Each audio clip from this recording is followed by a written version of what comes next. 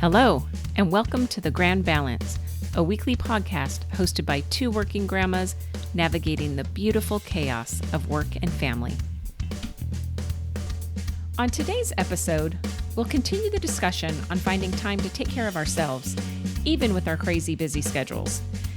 Today's focus will be on health and exercise. So let's get started. Sharon, have you ever heard the term skinny fat? I have, but unfortunately, I've never been skinny enough to understand it. Well, I was given that title by a trainer that I had 10 years ago.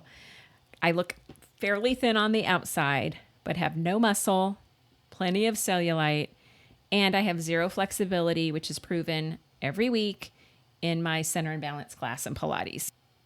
Before we talk about my fitness failures, I want to ask you, how do you stay motivated to exercise, especially on those really long work days or even after watching the grandbaby all day? Because I can tell you, I can work 12-hour days and still have enough energy to go to Pilates, but I can watch the baby for 6 hours and I'm exhausted. Isn't that funny how that works? Also, I think you're being way too hard on yourself when you did your little intro there, but that's my opinion. As far as motivation, we both do go to Pilates, and it, to me, has been life-changing. I just don't feel the same aches and pains as I used to feel, and I think that's 100% due to back and core strength. But we do pay a monthly, I guess it's like a subscription fee. Is that what it's called? I think so. But if we don't attend or cancel too late, we get charged, and that's a big motivator for me not to cancel. We do have to schedule way out in order to get into the classes. So it takes planning to get it on your schedule. And once it's on there, things pretty much stick on my schedule. So that combined with not wanting to pay a cancel fee is what gets me there and the result of how I feel. Absolutely. I can miss a week or even a few days, and my body just needs that. I need that. For me, it's that strengthening, it's the flexibility, like my hips start to hurt and things like that. Oh, I completely agree. I have a knee issue. I have a fully torn meniscus. And if I don't go for more than 2 to 3 days, I would say it totally stiffens up, regardless if I'm walking, because I do try to walk regularly. Even with the walking, if I don't hit Pilates, about the third or the fourth day, I can feel it and know like I need to get in there, stretch, do the flexibility. Yeah. And I'm with you. I'm kind of cheap. So for me, that motivates me to go, is not having to pay those extra fees. But what upsets me so much, like it really pisses me off. Oh, no. Tell me. You get getting worked up over here. Yeah. So, I'm busy at work all day long. I can only make the very last class during the week, during the weeknights. And so I'll be on these waiting lists trying to get in, never get in. And then come to find out, people are texting me, oh, why aren't you here? There's plenty of spots open, because all of these people aren't canceling so that we can get in. So annoying, right? And it's hard enough trying to get in to fit in exercise with our crazy work schedules. I know. I feel like we need to take charge of the Pilates sign-up system and figure out a better way, because I've been affected by that as well, and it's very annoying. Yeah. So anyone out there that maybe isn't as frugal as we are or has more money to spend and they don't care about the cancellation fees, please don't do it. Please give other people the opportunity to get in and not leave these spots open. That's Angela's PSA for the week. Absolutely.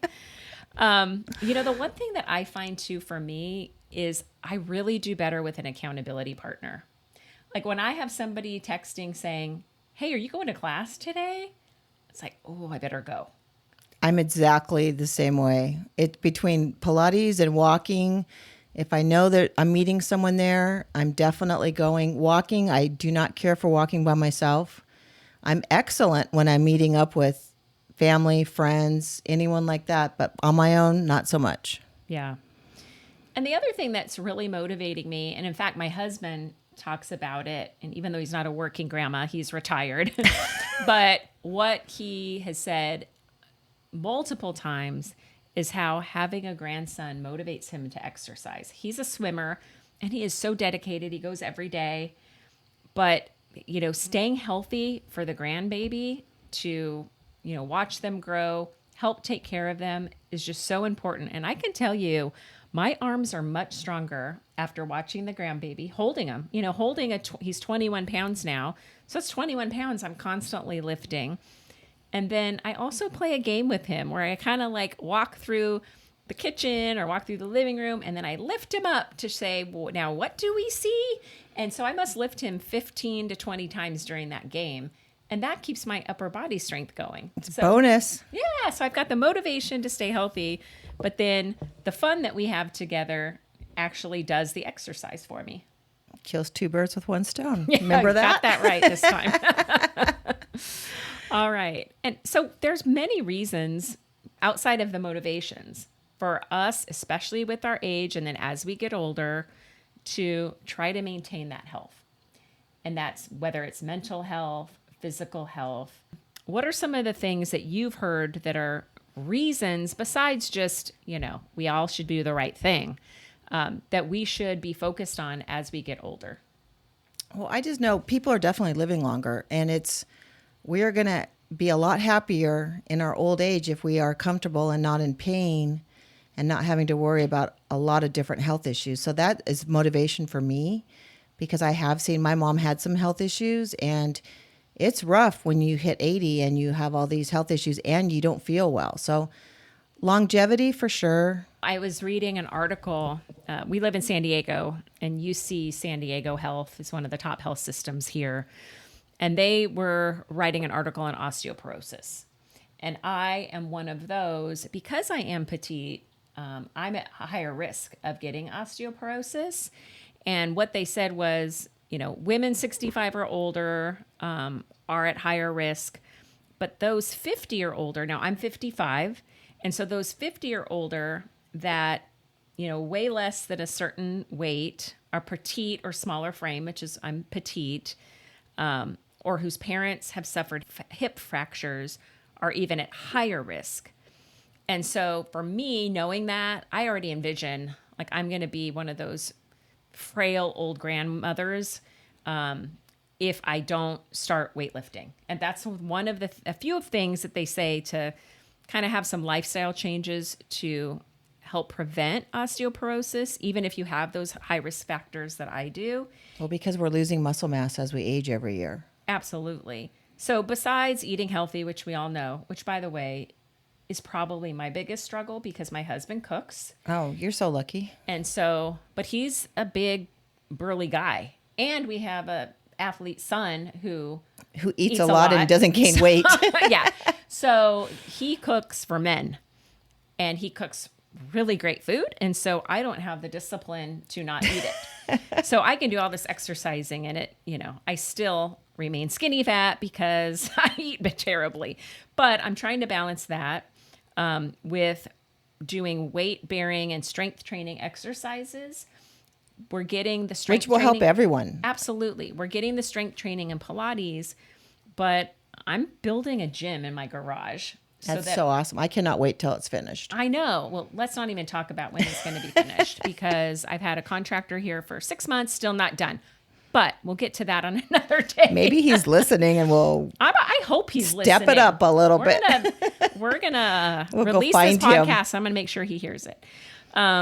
But I am creating a gym in my garage, and it's for the specific purpose of doing that weight training, which is just so critically important. I can go to Pilates. I still want that social aspect of Pilates. One, the core aspect and the flexibility. I think that's really important as well. But I need that extra weight training. And, because I can only get in late at night, even into Pilates, there's no way I'm going to be able to get into the gym that late at night. So having it in my home is my solution. Plus, a bunch of my neighbors are my age as well. They're all men, but they want to begin working out too. So now I have accountability partners in my neighborhood. Angela and all of her men.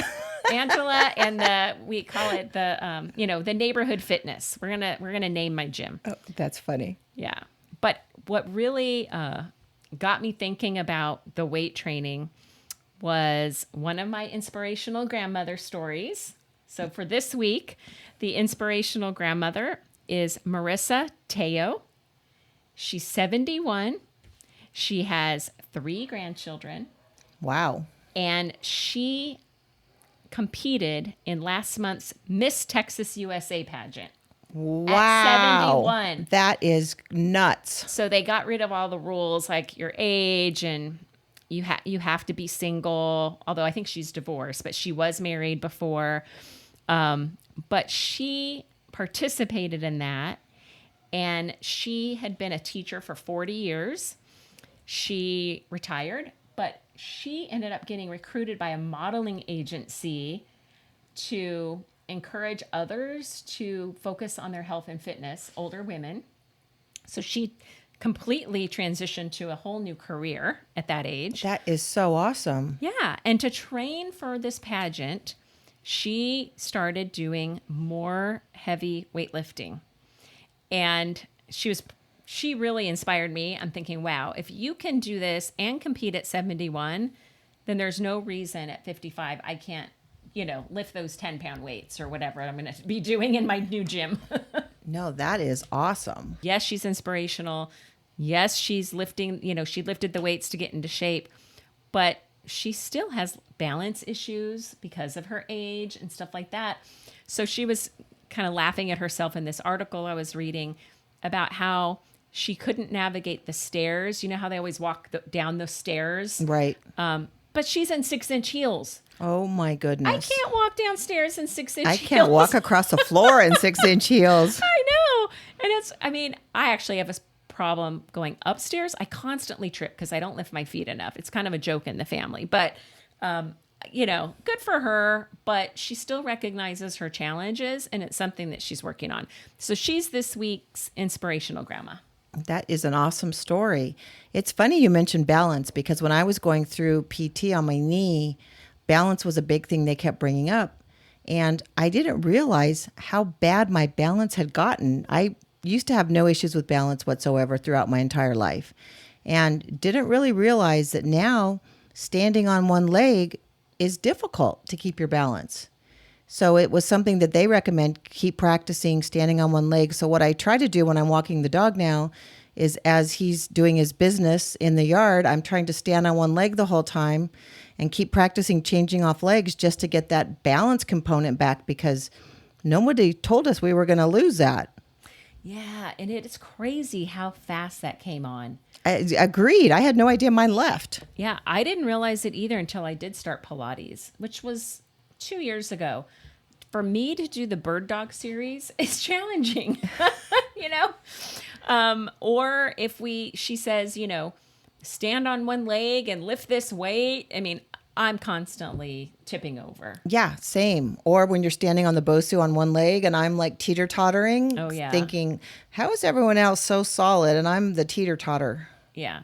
But what I love about Pilates is it's for every age. What's interesting is when I first started a couple years ago, you would see more older women in the class. Now I'm seeing a lot of younger women and men who are joining Pilates. It's like they've taken a new, fresh perspective on exercise at that age. Either that or the word's gotten out and the research shows that it is good for you and they're finding it somehow, because I agree there is a lot more younger people. What about those? I know they're the ones that are taking all the good spots and then not canceling. And not having budget concerns. Because their parents are paying for it. They're still living at home. Maybe that's the story. But have you seen there's a few women that are like 75 plus that go? Those are my inspiration right there, because I feel like if I never stop going, I'll always be able to go. There's one woman in the class. I think she is in her mid-70s, and she still teaches too. She's still a working. Yeah, she's very inspirational. And there's another woman that comes in the morning that's over 80, and she is like in amazing shape. She's very active, and I'm hoping that at that age I can still move like her, because it's what you want to be doing at 80 for sure. Yeah. When I started working from home when COVID hit, I would walk a lot more every day. I'd walk my dogs, which I didn't get time to before. And there's a woman, and she's still, gosh, what is it? 4 years later now, 3 years later, I still see her walking down the street almost every morning. She's probably mid-60s, maybe in her 70s, although she could be older and just looks so fabulous. But she walks very rapid, and she's got these two little weights in her hand. Oh, how cute. Yeah, and she just is in amazing shape, much better shape than I am. And so walking really is, an important thing to do for, maintaining your health.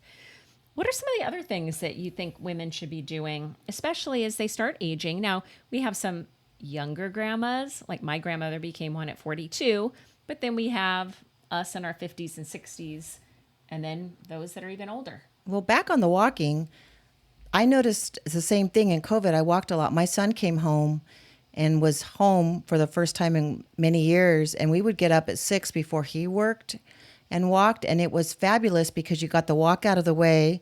Of course, I had someone to walk with, which makes all the difference for me, and I noticed a huge change just getting that 2.5 to 3 mile walk in every morning before I started. I do walk still, but not like with the same regularity. So that is something I need to do a little better at, but I agree, walking is important. Yeah, I know. I used to walk, 5-6 miles with my really good friends, the ones that I consider my core friends, by the way, from the last episode. Not your acquaintances. Yeah, not my acquaintances. And what I started finding is that my hips started really hurting. Yeah, there's a sweet spot of how much you should be walking, Yeah. I feel like, too, because I can overdo it, too, and I feel it for sure. Yeah, and that's when I started going to Pilates. So I can start doing it again, but I really, just my age, and I think... Well, we need to get the heart rate up. Pilates doesn't necessarily get your heart rate Right. up. So that's another reason I know that I need to do more of just getting that heart rate up on a regular basis. Yeah, absolutely. So what else have you heard or what Well, do the you other do? thing that I didn't realize that is important is getting your blood work done every year just to see. With women, there are a lot of deficiencies with our blood, and it right away tells you if you need to address any issues. I know I've heard a lot of friends are deficient in calcium and vitamin D, which goes back to your osteoporosis problem. So that's important to know. B12 is another one I've heard that's common that people are deficient in. By the way, a little disclaimer, we are not medical professionals. We're just talking about our own experience here. So, Yeah, speaking of experience, so I have gone to the doctor a few times for my annual checkups, so I'm pretty good at that. But they keep trying to send me to get my lab work done, and I have to do a fasting lab. So you I better keep be doing canceling this. because No, Angela, no, this is what I've I'm canceled talking about. like 4 years in a row No, you got to do it every year. because I don't have time. I'm working. You have time. It's your health. So what was cool was I had this stomach problem. My stomach was hurting really That's bad. cool. I know. Well, and they got me in at 7:20 in the morning. Oh, So I nice. was naturally fasting. So when they sent me to the lab, I'm like, perfect, because I don't have to come another day. I can Right. fit this in while I'm here. I always force make me that to do 7 it. a.m. appointment. Yeah. Well, I didn't even know they had them. But so I went, I did get all my lab results. Oh, good. Perfect, except good. I have very, very high cholesterol. What the heck? And you're so thin. See, it's, what do they say? Don't judge a book by its cover. That is it. So I might look thin on the outside and look all healthy, but I've got freaking high cholesterol. Like I eat bad and everything. And I do kind of eat like a man, but I feel like you don't eat that badly, but I feel like cholesterol is so much hereditary. yeah. And my dad has it and he's pretty thin. So I probably do. But so this week I've been trying to give up on all the saturated fats. I'm reading labels. I love cheese. I gave up cheese because it's high in saturated fat. So I'm trying to do my part, but I'll probably be on a statin at some point. Yeah, so many people. We are just very lucky that my family has low cholesterol, so we don't have that battle, but so common. I know so many people on those meds. Yeah. So, but you're right. It was important that I got my labs done and I took that seriously. And now I got to go get my colonoscopy. Oh. And Well, then we'll talk about that on another episode. I'll give you some tips. Yeah. And I don't even want to. I've had one years ago. Oh, you but have had one? Oh, I have had one, but I had I'm my hoping first it's one gotten this year. better, where like that stuff that you have to drink isn't so nauseating. Okay, so nobody gave me the info on that. They just said you had to drink a lot of liquid. Nobody said that it actually tastes awful, even with Crystal Light. So that was my issue. Although my brother-in-law just got one done, and they didn't have to do the whole big, huge jug of liquid. See, we gotta. There is people new- ask about that when you're told that you have to get a colonoscopy. Find out the options. Yeah, the alternative to that gagging because yellow drink or whatever. My first one this year was not what I would consider fun. Yeah. And then, of course, it's so important to get your mammograms. That I do every year in honor of one of my closest friends who had breast cancer. So I definitely get that done every year. Absolutely. Last year, it's interesting. So going tech just a little bit, AI is reading a lot of the initial mammograms now. Oh, wow. Interesting. And so mine, they showed a little variance. And so I had to go get like a second opinion. And of course, it took 3 weeks or so to get in. And that's a scary time. Oh, 100%. When you are wondering, oh gosh, is this something real or not? So good news is AI is catching some. Mine ended up being completely clear. It was just a shadow, but it is something to make sure you do just in case. 100%. Yeah, very important. I have studied a lot about cognitive function since my mom did have Alzheimer's. And another thing that people are deficient in, especially women, is magnesium. And I had tried to take magnesium before, and I get nauseous really easily. And I didn't realize there was different types of magnesium. So I took one in the mornings, and it was making me super nauseous, so I just stopped. And as I looked into it further, they do make magnesium, I guess it's a different type, that is made for nighttime. And this will be my fabulous find of the week. Cue my music, Angela. Yippee! Thank you. There's a magnesium made by Moon Juice. It's called a Sleepy Girl cocktail, and it is awesome. It has magnesium, a scoop that you buy out of this little jar, and then you mix it with tart cherry juice, which is supposed to be very good for your cognitive function and relaxing, getting your mind at rest so you can sleep. And I put a little bit of Poppi soda, which has very low sugar. It's a probiotic soda. Mix it on ice, and it's like a little cocktail, and it's delicious, and it does help you relax, and you get your magnesium in all in one. Wow. So I've been doing that for several months, and I've definitely noticed, as far as nighttime, I can't vouch for my cognitive function because I don't know how much that's improved, but hopefully it is doing something. But just as far as winding down and being able to relax and get a good night's sleep with less interruptions through the night, I would definitely say it has helped. Yeah. And just as an extra reminder, remember, we don't give medical advice. So check it all out. Make sure you are cleared to take magnesium. Sometimes too much magnesium is actually bad for you. I used to take a lot of it. And as of last week, my doctor said I have to start weaning off of the amount I was taking. So. Yeah, isn't that funny? And I was doing the same with calcium. I was taking a calcium and a vitamin D supplement, and I had too much in my system, and I had to wean myself off of that. So yeah, you're right. Definitely look at that blood work you have done every year. Yeah, that's a great suggestion. So let's transition a little bit about health and exercise, more specifically to working grandmas. Now, you've got a job that keeps you on the road a lot. You're running around between your factory. Yeah, I have appointments all over the place. And you have appointments all over the place. I'm not traveling as much as I used to, so I'm more sedentary. And one of the things that I did do for myself that I think is so important for those that have desk jobs is, if you can, one, fix your chair, get a more ergonomic friendly chair. And second, if you can get a standing desk, one of those that I got mine at Costco and just raises up when I want to stand up. I actually find it really effective when I'm presenting, because I have to present to clients throughout the day, that if I'm standing up, it makes me look taller.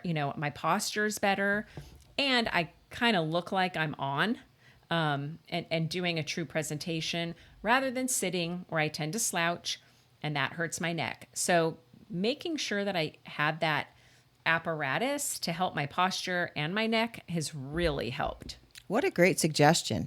I remember being younger and being on my feet all day, and it didn't bother them at all. And now, not being used to that, and even going to a social function where you're out dancing or on your feet for long periods of time, I notice it in my feet now, and I do need to practice standing more, I think.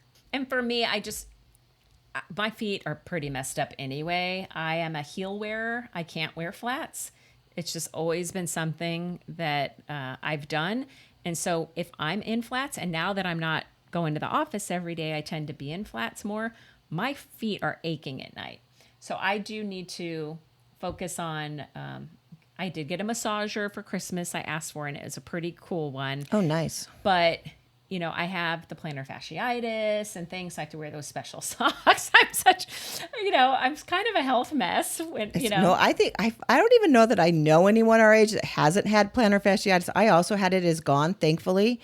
I finally got one of those crazy socks you sleep in at night that makes your foot at a 90-degree angle. Yep. And that's finally what solved it. But I also had it for several months, and it was not fun. And Sharon, I know we have different perspectives on this, but we're busy working all day. And if we're sick or if there's something that's been like earlier, I mentioned I had this tummy ache for a while and it just kept getting worse and worse. But I'm like, I don't have time to go to the doctor, or to get into my primary care doctor, it takes weeks. So I don't do it. I don't make the appointment, and I'm neglecting my health. But now they have more options for telehealth, where you can get in more rapidly. Now, Sharon, it sounds like your experience hasn't been great. No, I think I see a need for it for sure. And I do like the idea of it for simple coughs and being able to get on telehealth. The thing that I am very curious about is all these doctors that want to go to 100% telehealth because they want to be working remotely. There are so many situations where I feel like especially older people need to be seen physically in office. So I think it's a double-edged sword. I can see the benefits. I can definitely see how it's advantageous. Yeah, and I know there's been a lot of work in the space that the medical centers or the healthcare providers are trying to do a better job educating the seniors or those that don't have a strong digital literacy. They're not that used makes sense, to using right. their phones as much and things like that.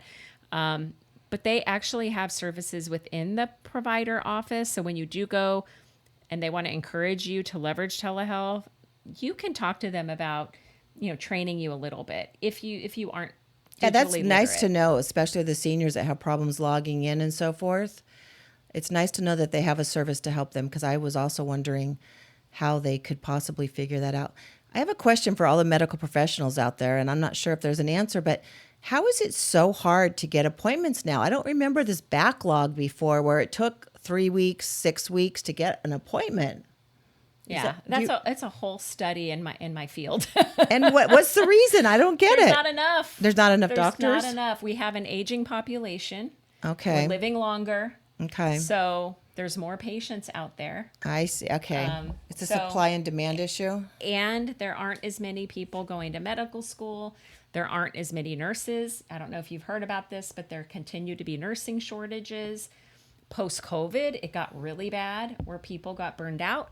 There's a whole study or focus on workforce burnout in healthcare. It makes sense. I've just been wondering, because it seems like it was definitely after COVID that you could just never get in. Before you could call from day to day and get in, and now it's weeks, months. Yeah. And because I work in healthcare and I know this, they're working really hard to improve those access issues so that you can get in. Oh, good. But if you have somebody that can help you leverage telehealth, I would try to take advantage of it for the simple things where maybe you don't need to be seen directly. Right. And But I save get yourself it a trip. Yeah, but I get it, especially for us. Like when we can't break away. I can't break Right. away at 7:00 to work out. How am I going to break away at 3 p.m? Right. No, exactly. It makes sense. So in any case, if you can give it a try, I would see if your friends, your children, they're all digitally literate because they grew up, Yeah. practically Thank goodness. with the internet. My kids have helped me through a lot of technological struggles. Yeah. So if you can, I would give it a try just to help, improve some of those access issues to get in to see your doctor. Great But whatever advice. you do, get in and see your doctor, get your health checks. Make sure your blood work is done. Make sure your blood work is done. And even if it says you have really high cholesterol, just keep doing what you're doing to support your health. And we need to stay strong for these grandbabies. We do. We want to be strong, healthy, agile. So continue to focus on ways to take care of your health. Now, for our upcoming episodes, we're going to be shifting gears a little bit and talking about how different things are today than when they were when we were raising our children. So different. Yeah. And gosh, this could be a whole year's worth of different episodes. As we've joked, we almost need to get recertified to be a grandma these days. Yeah. And my daughter has told me many times what I'm doing wrong that worked perfectly fine when I was raising my kids. We'll summarize it and say there's a lot of differences, and we will be going over many of them. So if you haven't come across that yet, we will fill you in on many areas that have changed. Yeah. And those that are very, very important, and those that might be a little subjective. According to us. Exactly. All right. Well, thank you for listening, and we hope you enjoyed this episode, and we look forward to the next one. See you soon. Thanks. Bye. Thank you for listening. Please like and subscribe to the podcast so we can continue to grow our community. Also follow us on Instagram at Working Grandmas Podcast, on Facebook at The Grand Balance, a Working Grandmas Podcast, and join our LinkedIn group, Working Grandmas. You can also email us at info@workinggrandmas.com or message us through any of our social media platforms.